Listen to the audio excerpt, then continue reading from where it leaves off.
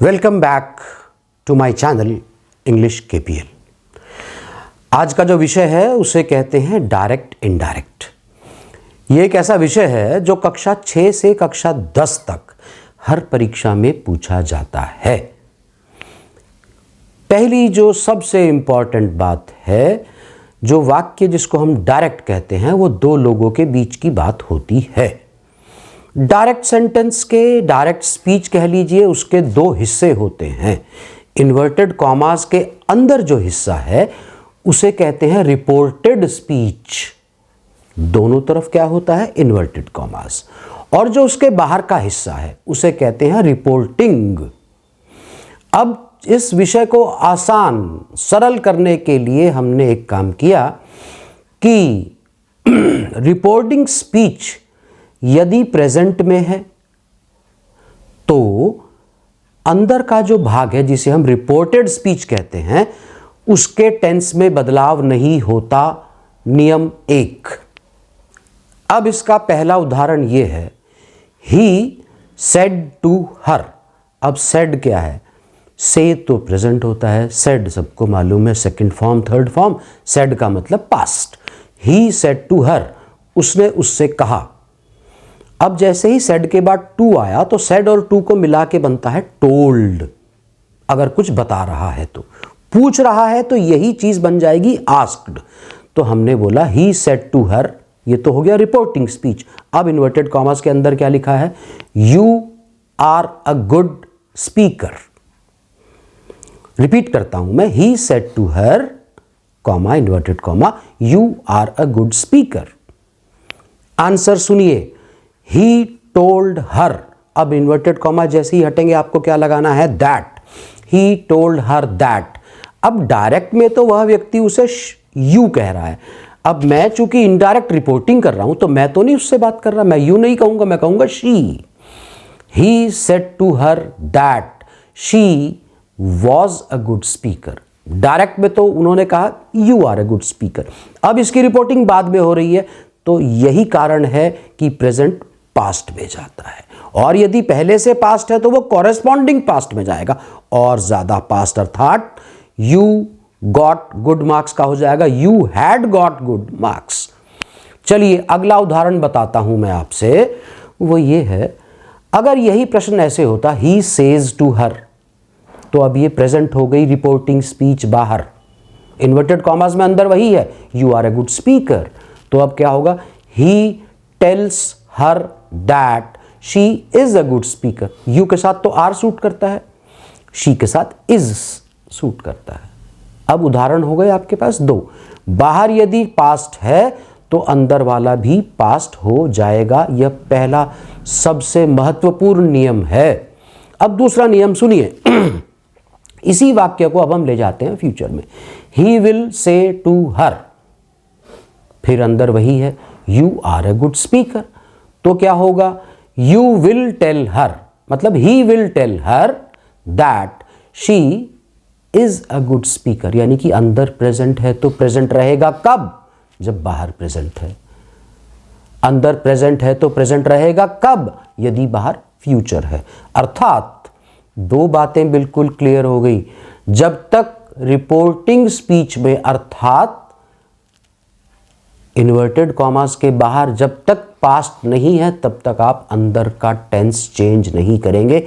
इस एक सूत्र से आप सैकड़ों प्रश्न हल कर सकते हैं। इसी बात को मैं दोबारा एम्फेसाइज करने के लिए, इस पे जोर देने के लिए, इसका महत्व समझाने के लिए बताता हूं। Sanju said to Manju you are a good speaker. तो संजू ने मंजू को बताया कि तुम अच्छी वक्ता हो। Sanju told Manju that she was a good speaker. बाहर अगर सेड की जगह सेज होता तो इज अ गुड स्पीकर। बाहर यदि Sanju will say to Manju तो भी वही होता she is a good speaker.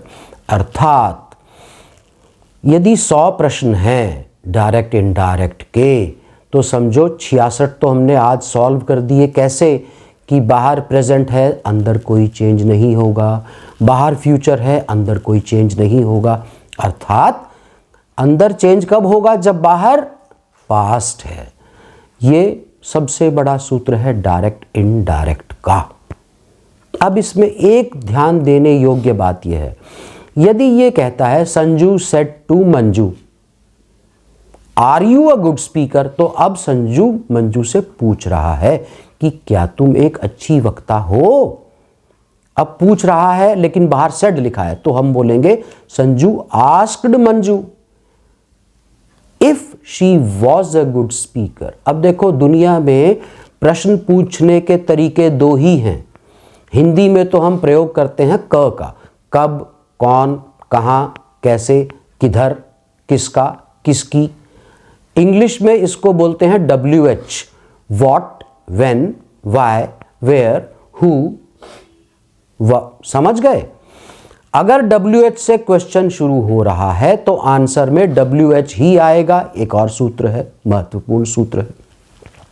इसके अलावा दूसरा तरीका है, वाक्य शुरू होता है हेल्पिंग वर्ब से। जैसे मैं आपसे कह रहा हूं आर यू फीलिंग वेल, प्रश्न है।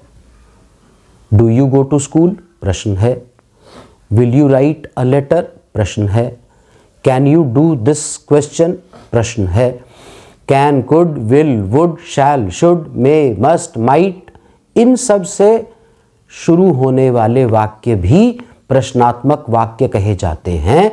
और इन सब से पहले रिपोर्टिंग स्पीच में सेड टू की जगह क्या हो जाएगा, आस्क्ड। सेज टू है तो आस्क्स, विल से टू है तो विल आस्क, और आस्क के बाद WH है तो WH ही लिखना है। आस्क का एक और नियम है, यदि बाहर आस्क है या आस्क्स है या आस्क्ड है तो आस्क के बाद बस सबसे बड़ी जो विद्यार्थी गलती करते हैं वो क्या करते हैं, दैट लिख देते हैं। अब आपको दैट नहीं लिखना। पूछ रहा है, आस्क के बाद या तो तुरंत WH आ जाएगा या तुरंत आएगा इफ। बस इस सूत्र को आप पकड़ लीजिए, मैं आपको 100% गारंटी देता हूं आपका प्रश्न सही हो जाएगा। ठीक, दोबारा सुन लीजिए। किसी भी भाषा में, खासकर इन दोनों भाषाओं की जिनकी हमें थोड़ी सी जानकारी है, हिंदी और अंग्रेजी में प्रश्न पूछने के दो ही तरीके हैं। हिंदी में तो क से शुरू होगा, कब, कौन, कहाँ, कैसे। अंग्रेजी में WH, what, which, where, who, why, when, whether. Who भी इसी परिवार में आता है, HOW। समझ गए? WHO हु और एक है HOW हाउ। इस हाउ को भी WH फैमिली में ही काउंट किया जाता है। WH यदि क्वेश्चन में है तो आंसर में WH आएगा, 100% है, सत्य। यदि प्रश्न में WH नहीं है तो उत्तर में इफ आएगा। यह सबसे महत्वपूर्ण प्रश्न है। हालांकि अगली वीडियो में इससे आगे का विस्तार आपको दिया जाएगा। अब देखिए, इसमें एक चीज और है। जितने भी सार्वभौमिक सत्य हैं, जिन्हें अंग्रेजी में कहते हैं यूनिवर्सल ट्रुथ, जैसे धरती अपनी धुरी पर घूमती है, सूर्य उदय होता है। सूर्य कहाँ से उदय होता है? अब इसमें भी बहुत सारी बातें हैं, लेकिन मैं एक मोटी बात बता रहा हूँ छोटे बच्चे को। जैसे उसे नोन से अननोन की तरफ ले जाते हैं, ज्ञात से अज्ञात की तरफ ले जाते हैं, तो उसमें केवल इतना बताना है कि सूर्य कहाँ से निकलता है। भैया, सूर्य पूरब से निकलता है। छिपता कहाँ है? पश्चिम में छिपता है। The sun rises in the east and sets in the west. इस तरह की जितनी भी बातें हैं, इनमें बाहर प्रेजेंट हो, पास्ट हो, फ्यूचर हो, इनके अंदर का, जिसे कहते हैं इन्वर्टेड कॉमास के अंदर की स्पीच, कभी चेंज नहीं होती। इनको बोलते हैं सार्वभौमिक सत्य। जैसे मनुष्य नश्वर है, मैन इज अ मॉर्टल। मॉर्टल जो आज नहीं तो कल, लेटर और सूनर बूढ़ा भी होगा, मृत्यु को भी प्राप्त होगा। तो ये बात आप समझ लीजिए, यूनिवर्सल ट्रुथ में कभी कोई चेंज नहीं होता। ठीक है, धन्यवाद, थैंक यू वेरी मच।